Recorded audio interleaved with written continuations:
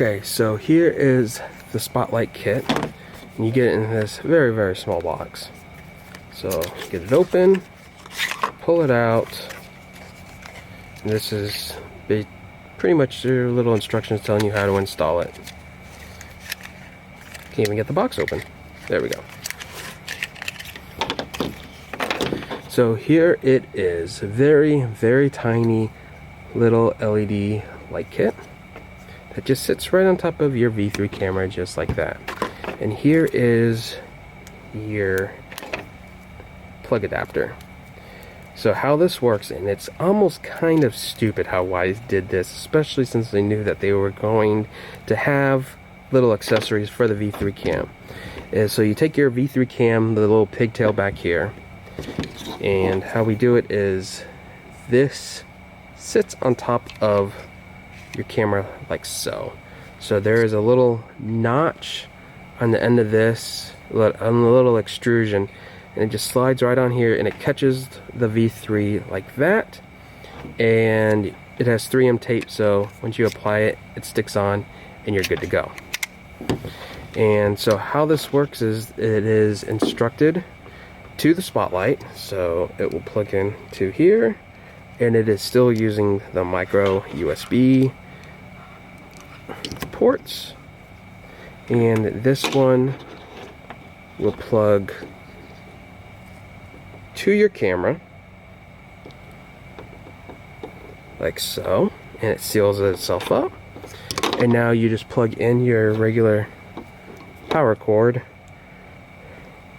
right to that. So let me go ahead and install this, get it booted up, and I'll show you in a second what it looks like. Okay guys, so I got everything installed correctly. Once you plug it in, the Wyze app makes you do a firmware update on the camera in order for the Spotlight to work. So keep that in mind if you're installing this for a family member, clients, whatever. You have to do a firmware update to the camera for this to work, the Spotlight to work. The other thing to keep in mind is, you know, the Wyze has all these water resistant connectors to them. There is no water resistant connector to the Spotlight. It is, you can see the open gap there, so if you're putting this outside where it can get rained on, so on and so forth, you may have issues with water getting into this area over here. You could take some silicone and plug that in over here to try to seal it up. I don't know, Wyze did not put these type of connectors over here, but that's just an oversight in my opinion. Now once you got the firmware update installed on the camera, you got access to some features onto the Wyze app, and I was going to screen record this, but I decided not to because there's a few features that interact with the Wyze cam itself that I wanted to show off. So you could choose between your brightness level, low brightness or high brightness, and it says low is best for indoor use, high is best for outdoor use. Turn on when dark. Let me see, sorry about that. And then you can have it say always or only when motion is detected. So you can have it turn on, like right now it is turned on. And let me show you what it looks like on low. So let me just put that up here.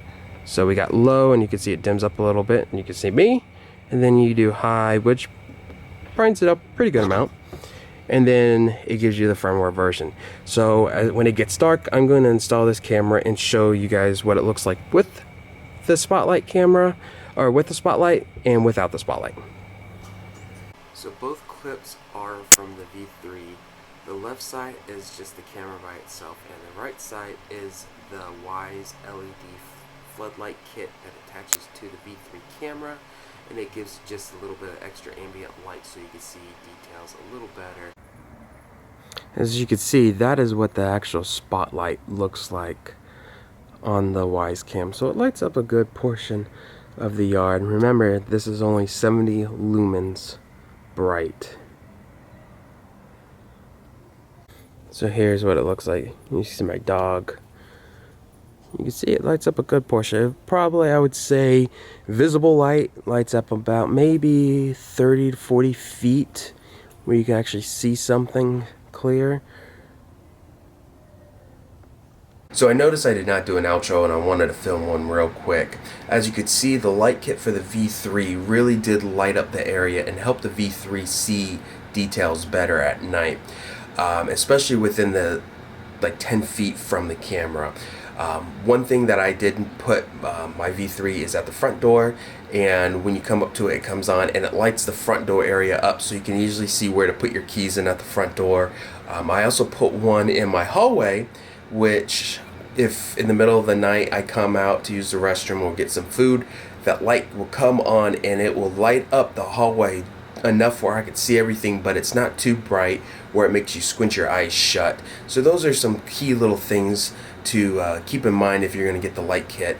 Do you need it? If you have good ambient light, so such as a street light, a full moon, or even yard lights like Malibu light and stuff, no, I don't think you need it, because the starlight sensor from the V3 camera will be able to capture that light and brighten up your image. However, if you want to light up certain like pathways, entryways, hallways, stuff like that, then that LED light kit may be worth it for you, especially for $10. It's definitely worth to give it a chance. So guys, thanks for watching. If you liked the video, hit that like button. If you did not, hit the dislike button. Leave in the comments if you want to see me to do any comparisons with the V3, or it show any features up with the LED kit itself. Thanks for watching, and I'll see you next time.